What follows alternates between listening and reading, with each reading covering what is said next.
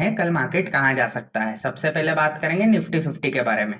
तो अगर निफ्टी को हम देखें तो निफ्टी ये रेजिस्टेंस पे सपोर्ट ले रहा था, करेक्ट। अब हुआ क्या, ये टैरिफ वॉर के चलते कि ट्रम्प क्या करेगा और ये होगा, मार्केट डायरेक्ट आज ओपन ही गैप डाउन हुआ। अब ये जो गैप डाउन आज मार्केट खुला है, ये साइन दे रहा है कि एक नीचे के तरफ पुल बैक स्ट्रॉन्ग आने के चांसेस है। जो हम सोच रहे थे कि मार्केट बस इस लेवल पे कंसोलिडेट करेगा और एक लेग ऊपर मार देगा, उसके चांसेस अब कम हो गए हैं। सिंस गैप डाउन खुला है, इसका मतलब बेरिशनेस थोड़ी स्ट्रांग हो गई है।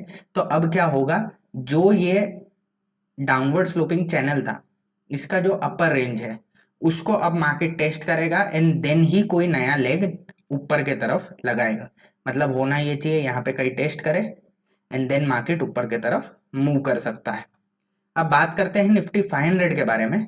तो निफ्टी 500 के साथ भी सेम ही चीज हुई है ना, इसने अपना ये रेजिस्टेंस टेस्ट किया, उसके थोड़े नीचे से ही रिवर्स हो चुका है और ये भी गैप डाउन खुला है। और गैप डाउन खुलने की वजह से होगा क्या कि मार्केट नीचे के तरफ पहले एक पुल बैक लेगा एंड देन आगे जाके रैली दे सकता है, जैसे कि हमने ड्राइंग में बताया था।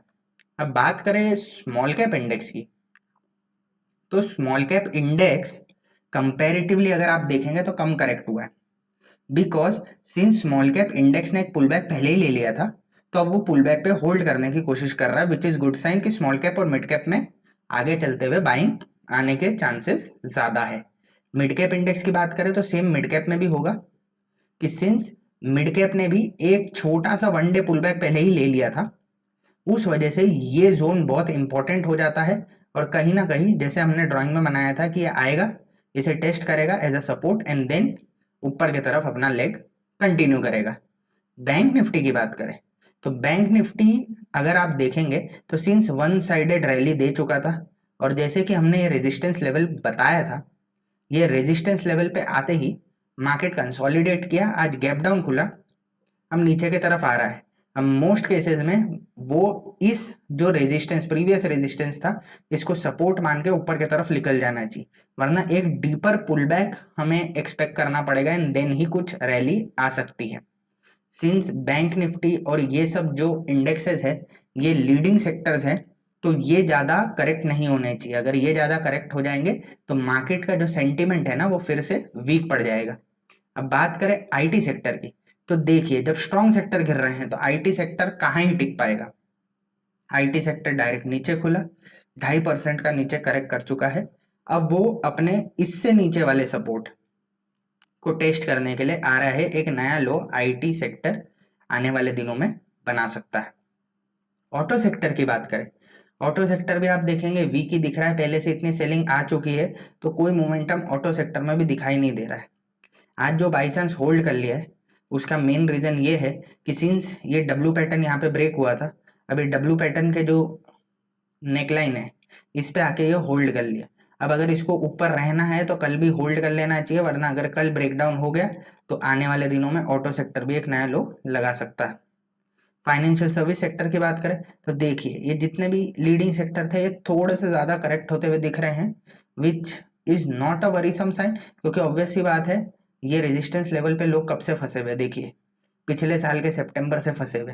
तो ऑब्वियस सी बात है कहीं ना कहीं लोग इस लेवल पे निकलना चालू करेंगे, बट एक पॉइंट के बाद, जैसे ये पॉइंट एक अच्छा दिख रहा है जो प्रीवियस रेजिस्टेंस था, सपोर्ट बन गया है, यहाँ पे वापस सपोर्ट लेके ऊपर जाने के चांसेस ज़्यादा है। तो ये जो सिनेरियो हमने सोचा था कि मार्केट डायरेक्टली कंसोलिडेट कर लेगा और यहीं पे कंसोलिडेट करके ऊपर जा सकता था, ये सिनेरियो प्ले नहीं हो रहा है। होगा ये एक डीपर पुलबैक आएगा एंड देन मार्केट ऊपर जाने की सोच सकता है।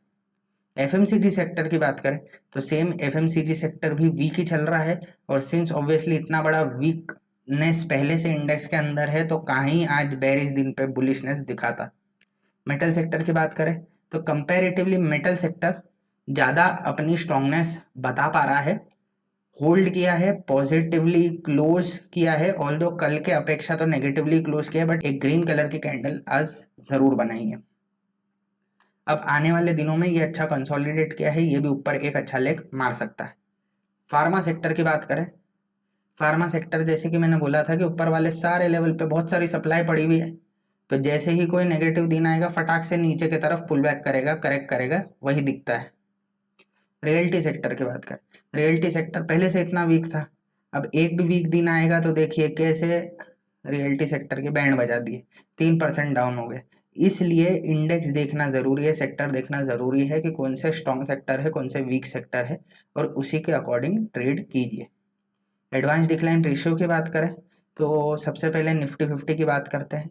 Green and shades of green represent bullishness, grey represent neutral, red and shades of red represent bearishness. देखेंगे तो ऐसे कोई मेजर फॉल या बेरिशनेस तो दिख नहीं रही है, बट ऑब्वियस सी बात है न्यूट्रल टू बेरिश दिन है, इसलिए हमें ऐसा लग रहा है। निफ्टी बैंक की बात करें सेम है, न्यूट्रल दिन ही लग रहा है, कोई मेजर फॉल नहीं दिख रहा है। मिड कैप 100 की बात करें तो मिड कैप 100 भी एक्चुअल न्यूट्रल ही है। देखिए अब वहां पे क्या दिख रहा था, गैप डाउन खुला, ये हो गया फलाना हो गया, बट जब आप एडवांस डिक्लाइन देख रहे हैं तो आपको पता चल रहा है कि इतना कुछ वरीसम अभी तक तो दिख नहीं रहा है कि शेयर्स एकदम तबाही मचा दिए हैं, सब गिर गए हैं। तो यही एनालिसिस इंसान को सीखना होता है दोस्तों। स्मॉल कैप की बात करें, स्मॉल कैप भी ऑलमोस्ट न्यूट्रली दिन लग रहा है, क्योंकि equal number of bearish and bullish stocks है, न्यूट्रल भी इक्वल ही लग रहे हैं।